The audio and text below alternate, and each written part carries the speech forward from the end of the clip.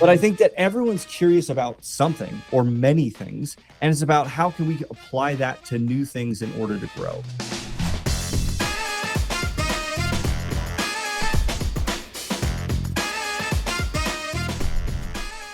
Hi, I'm Russ, And I'm Danny, and this is the Memory Makers Podcast. the show that helps you create amazing customer experiences and make more memories. Oh, yeah, baby. We're here. We're back together. The band is back together. Oh, it's been a minute since you and I have gotten to record one. It has been a minute, yes. Yes. Yeah, I'm excited to get into it. I was waiting for a jingle that never came, so you threw me off. You're full of surprises today. I really feel like I'm letting the people down, and by letting the people down, I'm sure that they're jumping for joy that they don't have to go through the shenanigans of what that exercise is. So if you do want the jingle to stay, we'll do this, like, smash that subscribe button and do whatever those things. But if you do like the jingle, drop a comment and we'll put it to the public's vote. But anyway, I love you trying to be a YouTuber right now, an influencer, and like hit that subscribe button and ring the bell. Don't forget, like turn on those notifications. No. That's just not me. And it just makes me go, oh, bless your heart. Yeah. Yes. He tries so hard. All right. Well, I'm excited for this episode in particular because I'm going to be interviewing you a little bit, Danny, to pick your brain and get some of your thoughts and expertise when it comes to finding new sources of inspiration and motivation. It's really easy to, get caught up in, okay, these are the things that we have to do and all of that, but we also have to pour back into the tank, and we have to make sure that that's coming from the personal side of life, the professional side of life, all of that kind of stuff. And as a person where is a seasoned professional when it comes to finding ways of how do we get better every day and all of that, I thought that this would be some good overview questions of either what are some of the areas that you go to, or how do we approach some of this? And so the first question that I want to start off with for you is, when was the last time that you felt genuinely uninspired or stuck? Oh, interesting. So this is interesting because I'm very much a person that likes to think about being inspired and likes to focus on the optimism and likes to focus on being effective and productive and all those things. Mm-hmm. And so instead of pinpointing an exact moment, I'll just say this. Generally speaking, anytime that I'm not consistently communicating with other people and I just stay inside my own bubble, that is when I can feel the most stuck. And so much about being able to feel that inspiration, if you want to call it that, or feel the ideas flowing and all that, for me and a lot of the people that I work with, very much revolves around our ability to connect with other people. There's a relationship, there's community, there's all of these things that lead to inspiration, that when we block that stuff out and we just kind of stay in our own little bubble, whether that's for a day or two or whatever that is in your world, for me, when I kind of get stuck in my own bubble, that's when I feel the most stuck. And so being able to connect with others makes a massive difference. I love that. So then on the flip side of that, when was, and leaning into, okay, hey, I need to be connecting and communicating with people in order to, kind of either take some of that positive energy that I get from them and kind of continue it on, and making sure that you're surrounding yourself with that. When we were kicking around some different question ideas, you had made a note about Javier at Bull Expo. So tell me a little bit about that. Yeah. So generally speaking, just when I was at Bull Expo a couple of weeks ago, fantastic time. I connected with lots and lots of people that I know in the industry. And so this isn't to throw shade at the other conversations I had, because I had a lot of really amazing conversations, but talking to Javier in particular, he and his wife own Mount Hood Lanes in Oregon, and spending some time connecting with him and hearing his kind of response and reaction to attending Amusement 360. It was, I believe, 3 years ago, and the impact that made on him and getting the venue open and the way that they operate and the way that they lead their people and all of the things that came from that. Hearing that unprompted made me feel incredible, because Russ, you and I and everybody else at Creative Works and Action Lab, we put in a ton of work into that event series to make it as impactful and special as possible every single time. And when we hear people who say, oh yeah, well, I walked away from that and I had so much hope and excitement about getting into this industry, and it made such an impact on me, hearing that kind of stuff means a lot, because it's that reminder that sometimes we need in this industry, whether you're a vendor and like we are, or anyone listening to this who's an operator, that reminder that the work you do matters. The work you do makes a difference. And when we get that feedback, it's that reminder light bulb of, oh yeah, let's keep moving, let's keep pushing forward, because the work that we're doing makes a difference.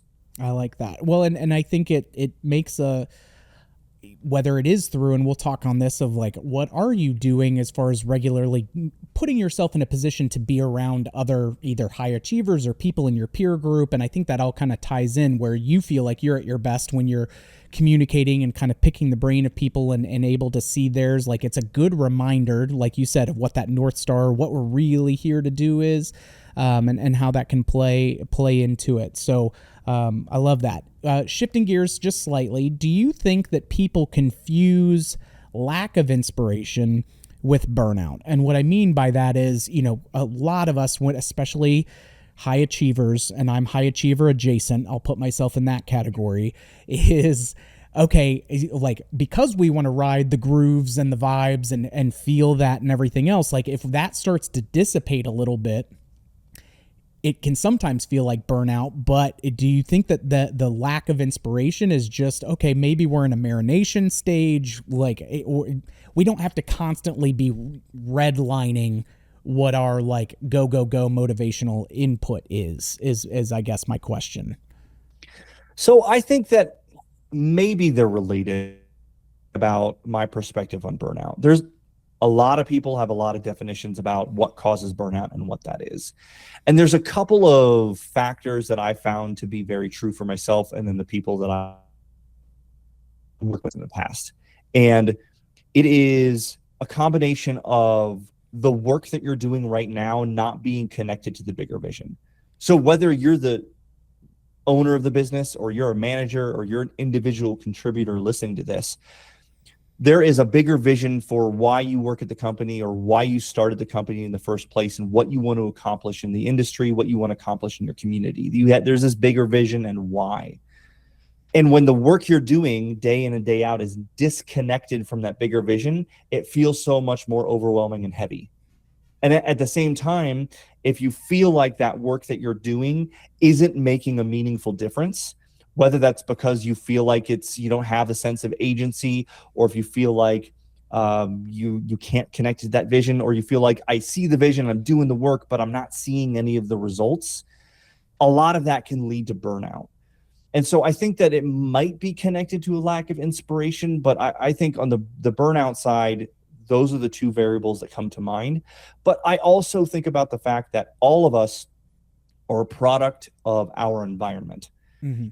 There's that whole idea that everybody's heard before, that you are the average of the 5 people that you spend the most time with.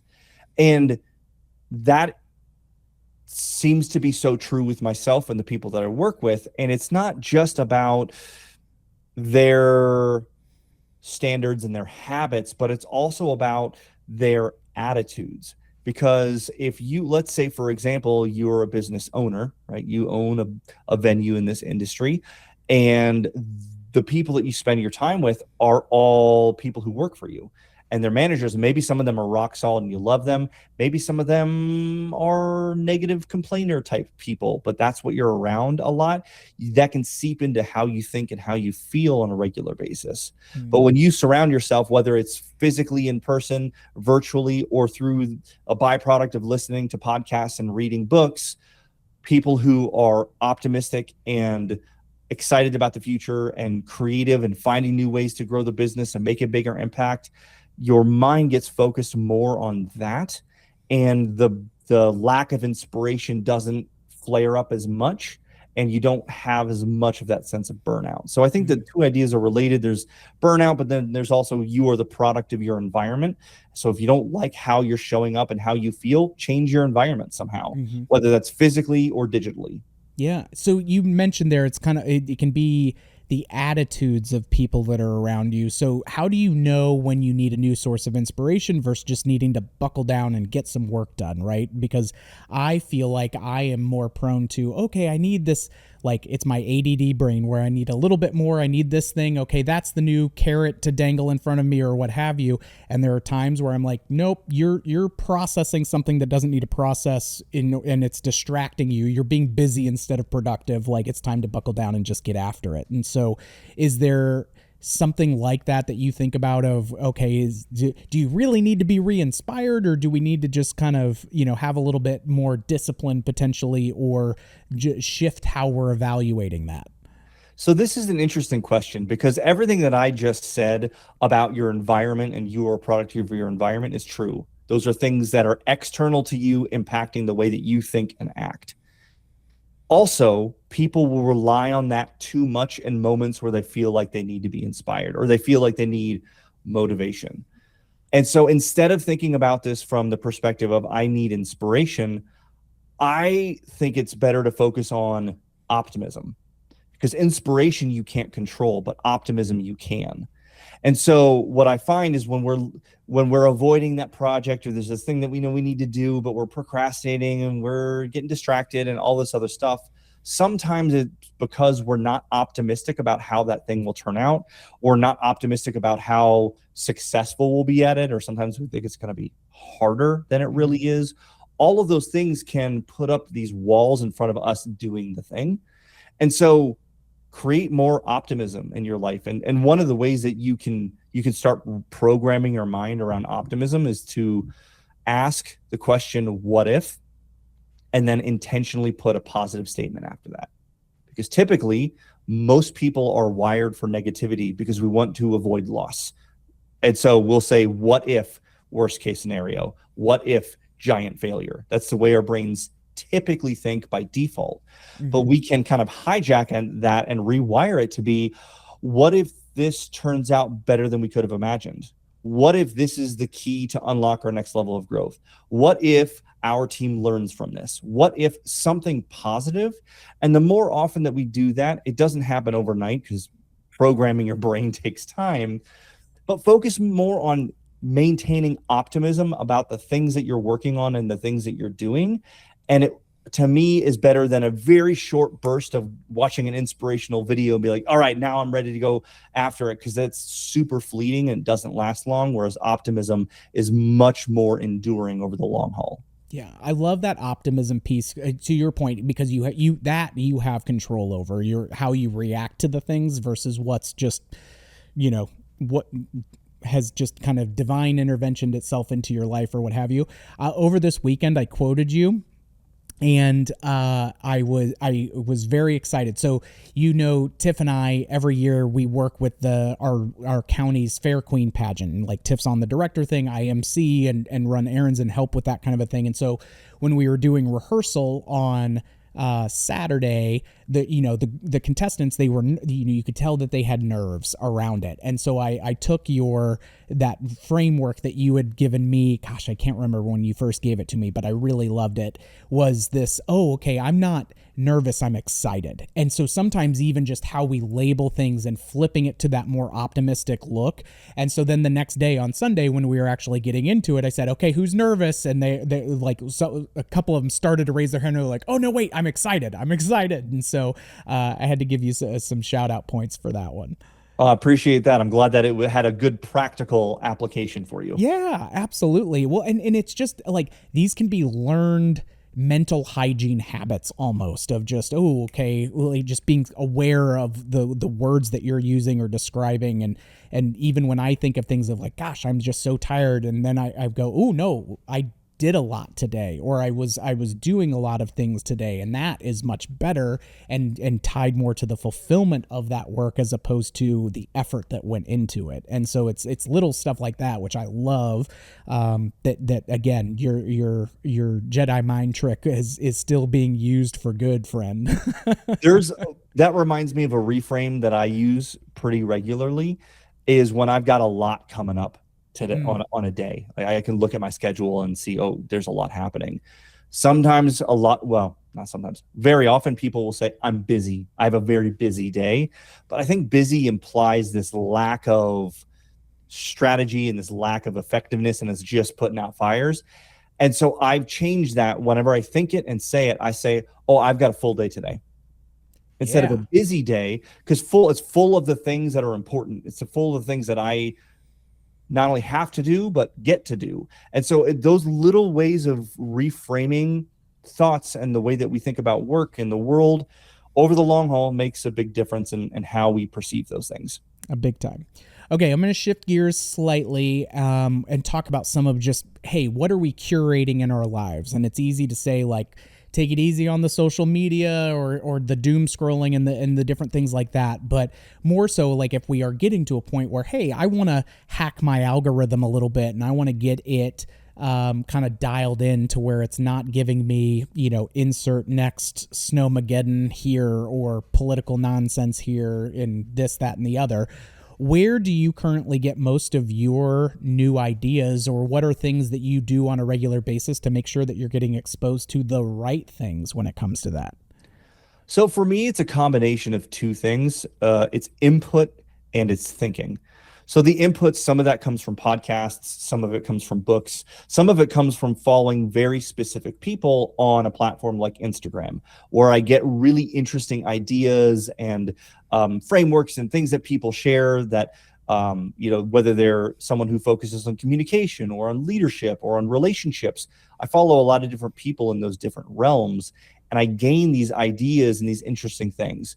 But there's also the part I said about thinking. And for me, and I think almost everybody, this is a really key part, because I can kind of download these ideas and get them into my brain.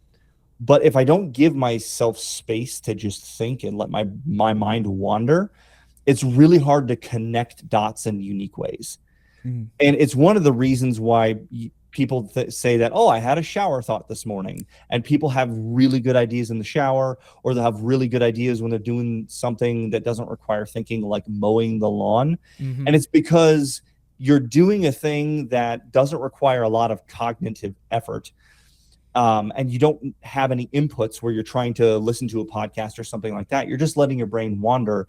And when that happens, that's when I'm going to use the wrong scientific terms here, but your neurons start making these connections that you otherwise wouldn't have. And you come up with this idea, oh, it would be really interesting if, or, oh, I could do that thing over here. But if we don't give ourselves the space to just think and let our minds be, those connections don't happen. Mm-hmm. And what I have to work really hard on doing, there are some of the smartest digital engineers in the world that use social media and other apps on our phone to want to like distract us. And I have 5 minutes, let me pick up my phone and just look at, maybe it's email, maybe it's news, maybe it's social media. But every time that we do that, we're robbing ourselves of the opportunity to just let our brains think and be and come up with cool ideas. Mm-hmm. And I have to work really hard on that myself, because for me, it's very easy to get sucked into this on accident, where I can pick up my phone to maybe check something, and all of a sudden it's 20 minutes later, I'm like, what? How did I get down this rabbit hole? Yeah. And so I have to work really hard to create that space for myself. I love that. Do you look, and you'd mentioned that you try to look intentionally across different people and different, maybe even disciplines or ways of thoughts. Just I like that a lot, be just from the standpoint of, oh, okay, like what's different about this? If it's a woodworking guy like BM Sculptures or something on YouTube, right? Like he's talking about this project that he's doing and how he had tackled it and how he did this or that. It's and I like to do woodworking and things, and so I'm watching some of it because I'm like, ooh, that'd be really cool to be able to do, or this, that, and the other. But there are things that a lot of times I feel like I can get that inspiration from I'm not having to look at an industry specific thing in order to have this translate. And to your point, where those neural pathways can open up a little bit. Even when it's like working out, I recently started getting back into the pool because I can't have my phone or music or podcasts and stuff, because I do listen to those when I'm mowing the lawn or when I'm doing woodworking or other things.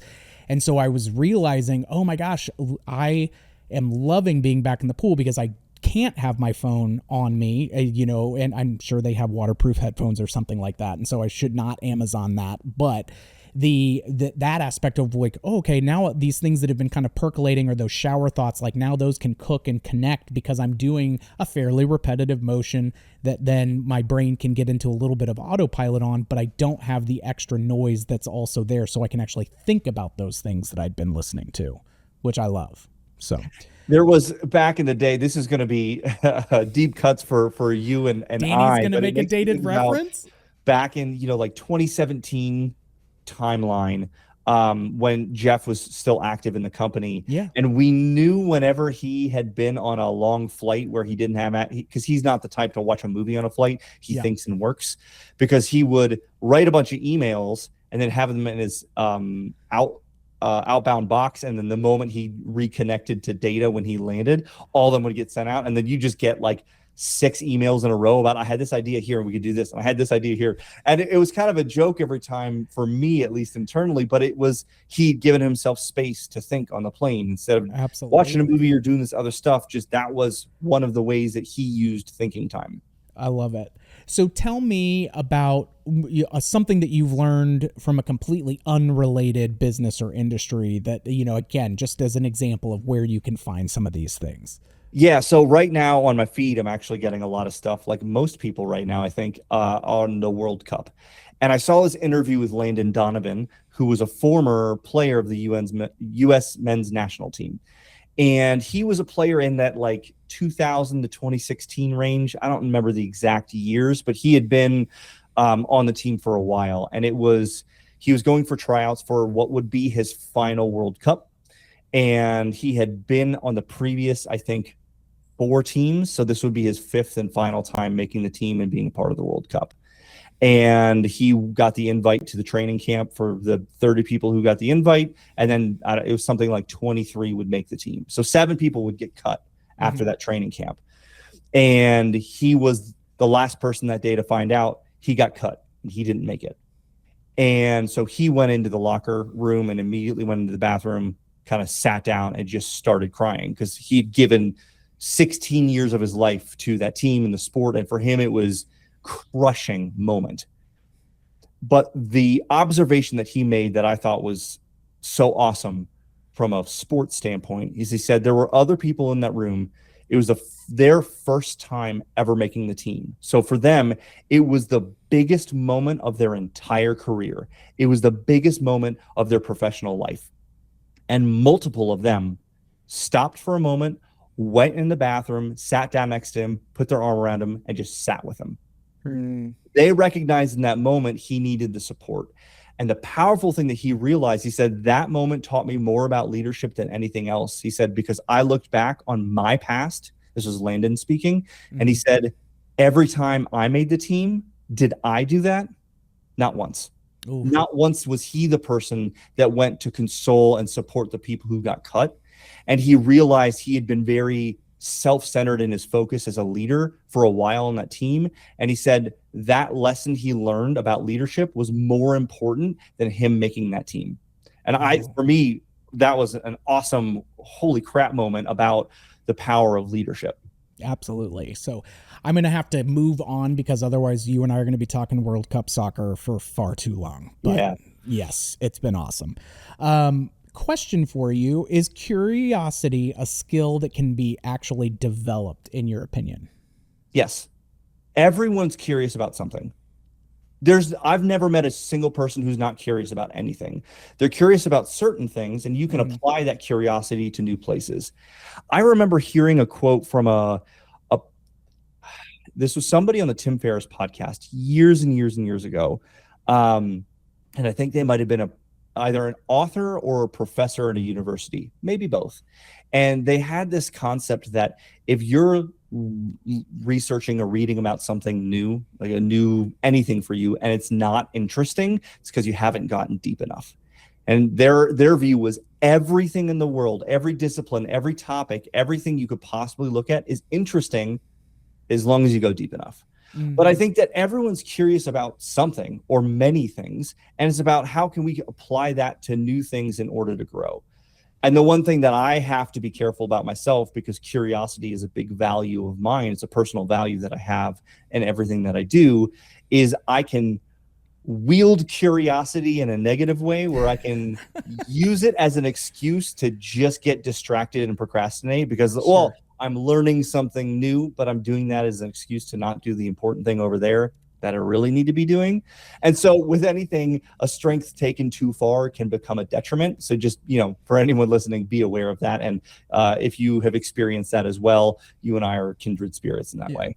You know what, as far as curiosity, and I think about this and why one of the reasons why I love stand up comedy so much is because it's not like you at least in over the last however many years, you're not seeing the boy. I just flew in from Atlanta and boy, are my arms tired. It's not the shticky nonsense. Like it's observational humor where you're looking for either inconsistencies or oddities, and it's all about now like building a bit around peeling back how that got to be what it is or why a person thinks about things like that and where there is humor in that.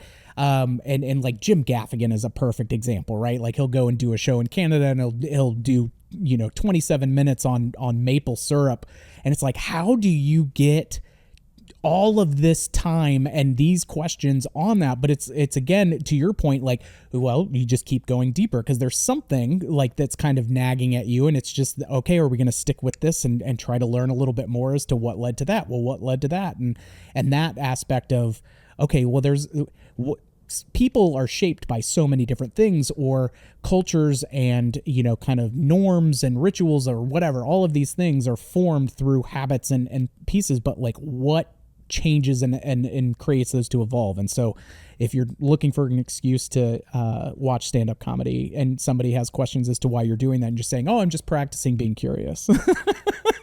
Well, I'm going to now make the segue that we need to move on. Otherwise, we'll talk about stand-up comedians for too long. So Fair. we'll Okay. just keep Yeah. it moving. Yeah. It's a lot of Nate Bargatze and Jim Gaffigan talk all of a sudden. How do you surround well, no, we've already touched on that. Let me jump to this. How important is it to have hobbies or interests completely unrelated to your job in your mind? I think it's extremely important. Some people have this concept of work-life balance. And this is something I've talked about before. I don't know if I've talked about it on this particular podcast, but I don't like that concept because balance implies equality. Mm-hmm. And that implies, well, I need equal time at work and at home with my family and doing leisure stuff and sleep and vacation and friends. That doesn't exist. It's about a work-life rhythm, right? Some people can work 70 hours a week, but they have a really great home life because they've created a rhythm with their family that works for them. Not everyone's like, some people say, I'm going to work 40, 45 hours and cap it at that. And sometimes you go through seasons where it increases and decreases because maybe it's spring break time and you got to work crazy hours because you're going to be open. You're going to have guests in the door from the time you open till the time you close for 2 weeks straight. Mm-hmm. There are seasons of that, but we also need parts of our life rhythm that have nothing to do with work. It gives us a chance as another outlet to just enjoy ourselves, have fun, get inspired, if you will, find curiosity in new ways. And I think it's really important to have some kinds of avenues that you can explore, whether it's a sport, whether it's an activity. You mentioned woodworking. Right now, one of my big things is rock climbing. I'm really enjoying having this as a hobby I do outside of work because it's something that gives me another thing to look forward to in the week when I know I have it scheduled. It's a way for me to connect with friends while I'm doing it. It's a way for me to just enjoy that part of my life and then bring that energy and excitement to the work that I do every day. And so I have found that to be extremely beneficial. I love it. And then one final question before we kind of get into our end of episode wrap. Is discipline more valuable than motivation? Is discipline more valuable than motivation? I'm going to say yes and no. Okay. The reason why I say that is I think it's a false dichotomy. Yeah. I don't think either are more important. I'm going to go back to optimism. Yeah. Because sometimes motivation is overrated. Motivation is like, oh, I'm going to wait until I feel motivated. I'm going to wait until I feel motivated. So I'm waiting and I'm waiting and I'm waiting and all that time you're waiting, you're not doing anything. I've been there in the past before. I just wait for motivation to show up and then I'm waiting a long time. And discipline is good. It's a valuable thing, but sometimes people have a lot of baggage with the word discipline because they hear discipline and they think about, extreme athletes and all this crazy nonsense that you don't have to do, that people are influencers online and they love to be able to show off their crazy athletic feats, which is cool, but to 99.9% of people, it's not relevant. I think that going back to the idea of optimism followed by action. So the thing that you need to work on, instead of waiting for motivation, and instead of being like, I just need to be more disciplined, which I've never talked to somebody who said that to themselves and it worked ever. It's just never been a thing. So if you can create optimism around the thing that you need to do and then just take action, even if it's something really small, just take some sort of action and then follow that up with consistency. Those three things are far more important than motivation or the baggage that can come with the idea of discipline. Yeah, absolutely. Well, I'd be remiss if, while we're on this topic of, who are you surrounding yourself with and what kind of new ideas are you exposing yourself to? We obviously have Amusement 360 coming up here on August 25th and 26th. So this type of discussion, along with some nuts and bolts aspects of how the business is working and new trends and all of that, is coming up. And so I'd encourage everybody to, check out the dates and see if it works on the calendar. So again, shameless plug inserted there for us as far as that goes. But I think that's also, to that? Yeah, I was just going to say, like, I take for granted sometimes the fact that we do that event a couple of times a year. And then we go to things like foundations and everything else where, because that is a habitual part of my yearly process, is to be at those events and be exposed to that kind of content and new things. Not everybody has that woven into their, kind of cycles of how they're going through the job. And so if you're looking for those, like, it doesn't have to be a full-blown Tony Robbins event and all of the other things, but like, there are bite-sized tangible things like those types of events, or even regularly getting together for coffee with somebody who you enjoy and want to be able to understand more of how their brain works. So go ahead, Danny. Sorry, I stepped on you. You're good. I'll connect this back with our idea of inspiration. And I had mentioned that, the external inspiration can be fleeting and things like that. At the same time, doses of that at an event like Amusement 360 can be really valuable because it kind of shocks the system back awake, because we can get stuck in doing things the way we've always been doing them, and day after day and week after week, and we kind of get it going through the motions. And when you leave the business and you go to an event like Amusement 360, which you mentioned is coming up in August, tickets at amusement360.com, it can be that jolt of energy that you need to kind of like zap you awake. And then you need the tools to be optimistic and consistent, and the action and all the things I just mentioned a moment ago on the back end of that. But sometimes we need that jolt of inspiration and that bit to wake us up and to get us excited again.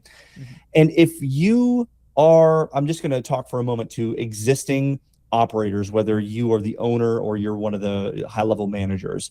If you find yourself ever thinking, is anybody else experiencing this problem, or does anybody else feel the way that I feel? Maybe you're stressed or overwhelmed or a worry or something like that. The answer is yes, and you will find them at this event. It happens so often where people will come to the event and be able to connect with other operators and go, it's so awesome to know that other people are experiencing this too, and I can learn from them.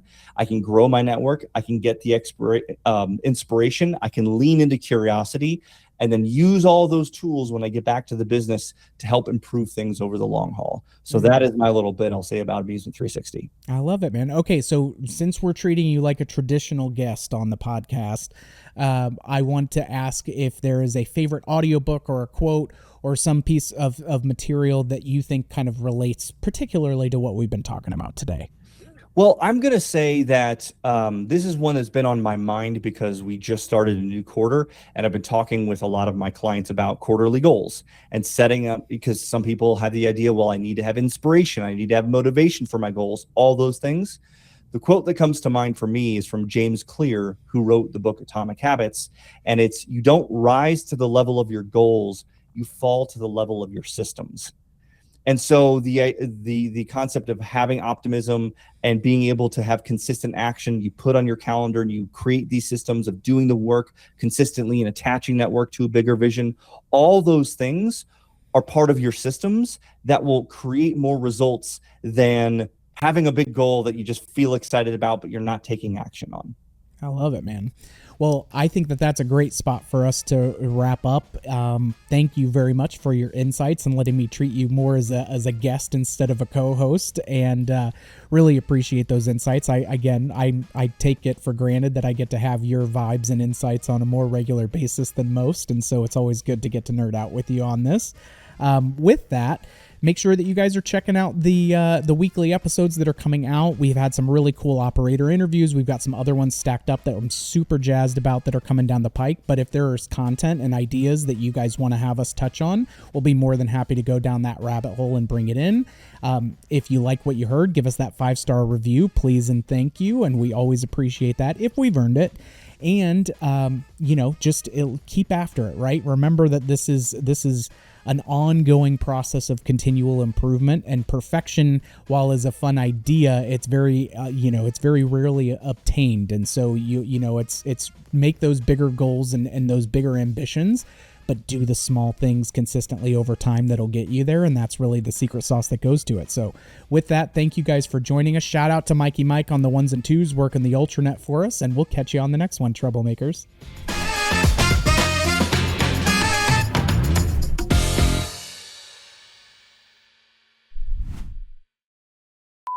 That was fun. All right. Energy. Positive energy. Mike was so mad that he missed that. That's a good throwback. Or go flat. Go flat. Anyway, we're on a weird tangent right now. It's all good. Mike is desperately switching back and forth to try to catch bloopers right now. I'm watching it, and I think he's been missing stuff. He's probably like, damn it. Let's do it. Sweet. Mikey, you ready? Ready. Yeah.